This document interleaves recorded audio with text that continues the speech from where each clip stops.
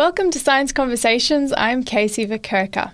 Can living cells arise by chance?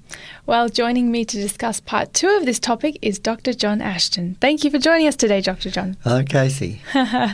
So we're going to be referring a little bit more to Dr. John Ashton's book, Evolution Impossible. We're looking at chapter 3 today. So we're going to discuss a bit more about that. Now, John, scientists talk about, when they talk about life beginning, they usually are referring to what we call simple life or a single-celled organism as being like the starting point of life beginning. So how simple are such life forms? Yes, I think this is really one of the serious challenges to trying to explain how life can form. A lot of studies have been done on the bacteria E. coli, which is a single-cell organism. Now, it's not the simplest life form, but perhaps we can get a bit of an idea. And so back in 1996, there were 2 volumes, about 2,500 pages in content publishing the biochemistry of E. coli. And, of course, one of the things is that just this cell contains about 2.4 million protein molecules made up of 4,000 different types of proteins that make up this simple organism. There's about 250,000 nucleic acids molecules that make up about 660 different types of nucleic acids. So that would be the DNA? And they're composed there, make up the DNA. If we look at the DNA itself, it's about 4.6 million of these bases in the DNA code. Yeah, it's a pretty big code for that. Wow, for a tiny organism. Well, very, very simple organism. So this is one of the ones that's... but then we also have all the different types of sugar molecules, millions of those. There's millions of different types of fat molecules as well, of all different types. And then, of course, there's about 70% of the cell is water. But one of the features is that when these life forms, when they're simple cell form, people talk about forming one nucleotide and one sugar molecule and one fat molecule. But what we've got to produce are millions of identical molecules of 40 or 50 different types. So you've got to have millions of each type, 40 or 50 different types, and the same with proteins, hundreds of different types of proteins, but millions of these proteins, and then they've all got to be put together. So the probability is not one of each coming together. We've got to have millions of these coming together and then being assembled. So this is where, the probability becomes astounding. Now, E. coli, of course, isn't the simplest cell organism that we know. There's some that are a little bit smaller than that have been known to survive. But it's quite interesting when we look at the probability of something like this arising. There was a paper published around about 2010, I think, or somewhere near there, by Dr. Eugene Koonin. Now, he is one of the top researchers in this area of evolutionary genetics. Matter of fact, he's the distinguished investigator, Evolutionary Genomics Research Group at the National Institute of Health in the United States.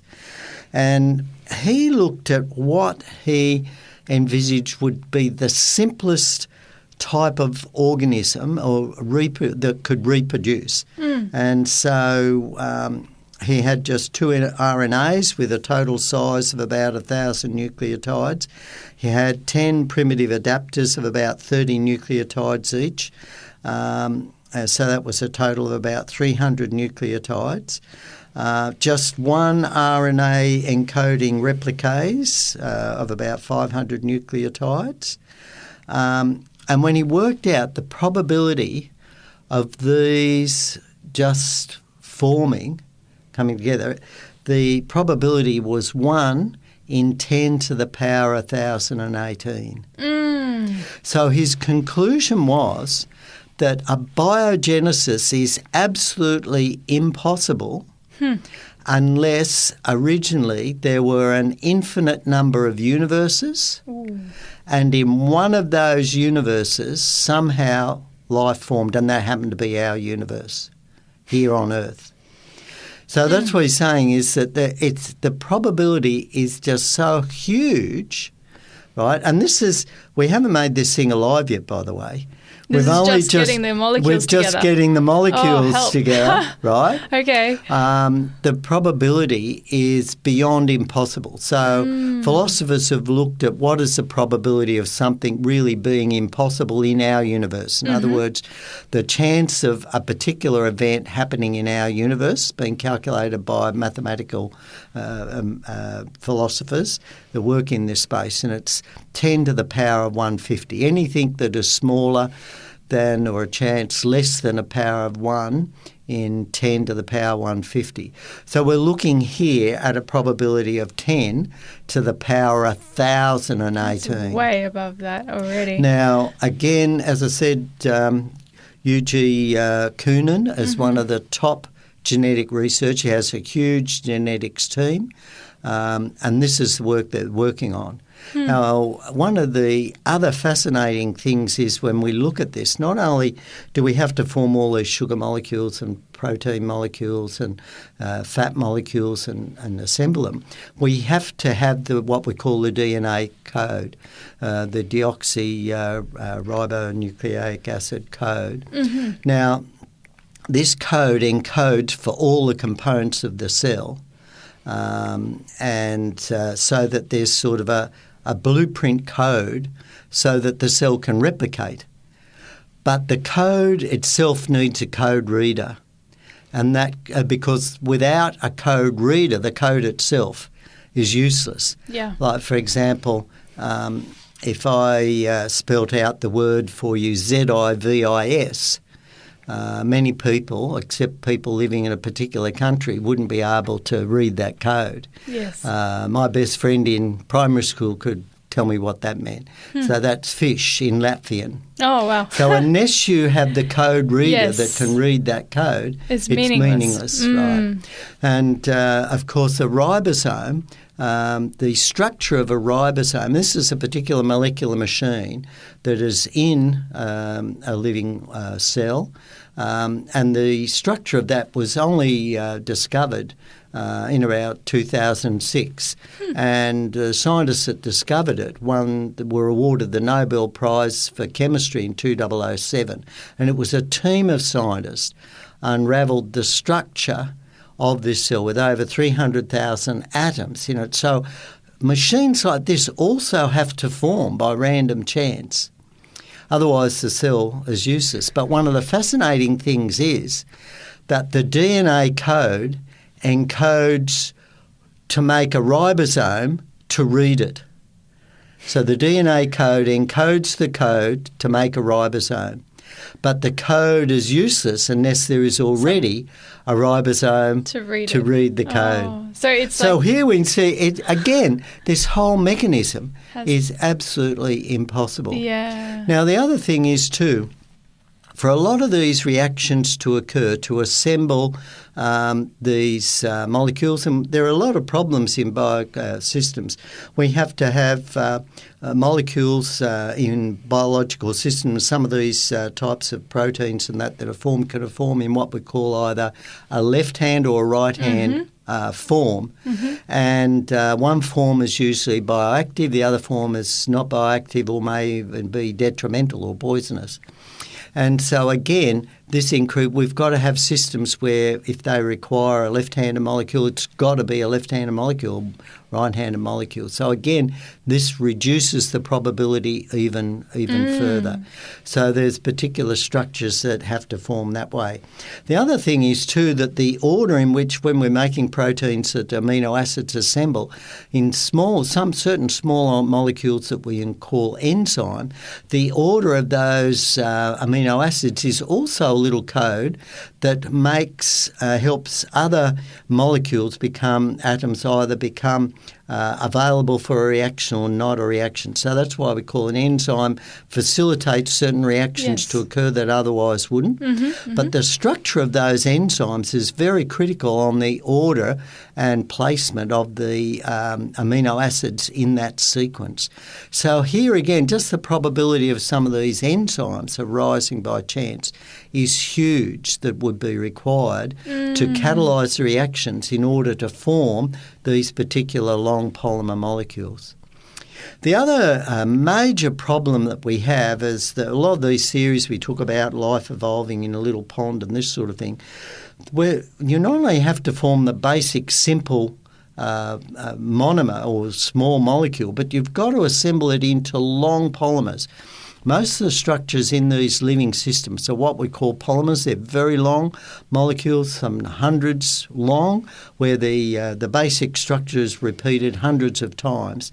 Now, this is generally achieved by what we call condensation reactions, where we actually join the bonds by removing water. Now, that reaction won't go in an aqueous solution. It goes the other way.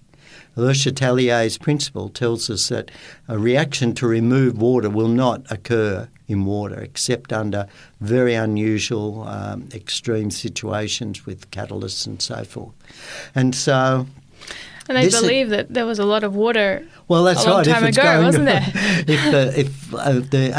They need water so that these molecules can move around, right, to meet up with one another or arrive on the surface of a clay or something. Otherwise, there's no way that the individual components can be mobile to meet up with one another. And the other factor is, though, that this won't occur. So these reactions won't occur in water. So this is the whole thing that the environment, and we need to understand we've got ultraviolet light will break down most of these things. Water itself will break down a lot of these things. There's also the probability of toxic arrangements will form. So just a combination of hydrogen, carbon and nitrogen, of course, is hydrogen cyanide, very toxic to many organisms. So these sort of reactions and we can have the formation of toxic compounds. And also we have to have certain minerals for be incorporated into these structures as well. These have to come in bioavailable forms, be made bioavailable, and form their own specific structures. But even if all these things came together, the organism is not necessarily alive. Yeah, so again, we're talking about how these chemicals are forming, and we're getting the right amount of them in the right configuration, in the right proportions. Like, that's where we're at the moment, and we're already running into huge problems. We're already way impossible, absolutely impossible. So we're absolutely impossible from a number of reasons. We're absolutely impossible because the molecules that are required are so complex, the chances of them just forming, even if the chemistry was right, is statistically impossible. Secondly, most of the chemical reactions required won't occur in just an open environment. They'll maybe occur in very clean, protected glassware environment or inside the protection of a living cell.